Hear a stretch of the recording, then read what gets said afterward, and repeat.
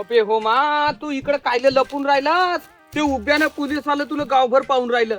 माझ्या घरी आलं तर कोठी गेला तुझ्या संगी म्हणत. मी म्हणलो मला नसे बापा माहित, म्हणलो कोठी गेला तर. अरे तर पाहू दे ना, माही गलतीच नसेल त्याच्यामध्ये. काहून बापा तू माझ्या संगीचो लाकणीच्या कटिंग दाढीने हेअर वॉश करायला आला, तुला खरी सांगतो ना कलर मारून दे म्हणलं. हो का? आता तो असा घाई कर का जाग्यावर. अरे म्हणला 2 मिनिट थांब. नाही नाही नाही म्हणते, मला जावायचा मला लवकर करून दे, जावायचा मला लवकर करून दे.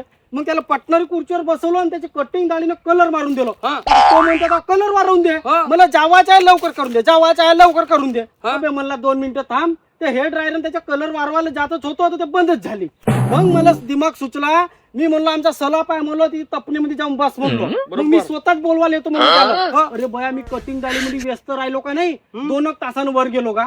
मग पावायला गेलो तर बापा त्याचा कलरही वारला ना, तोही वारला, डायरेक्ट वरच गेला. का करतो म्हणजे मेला.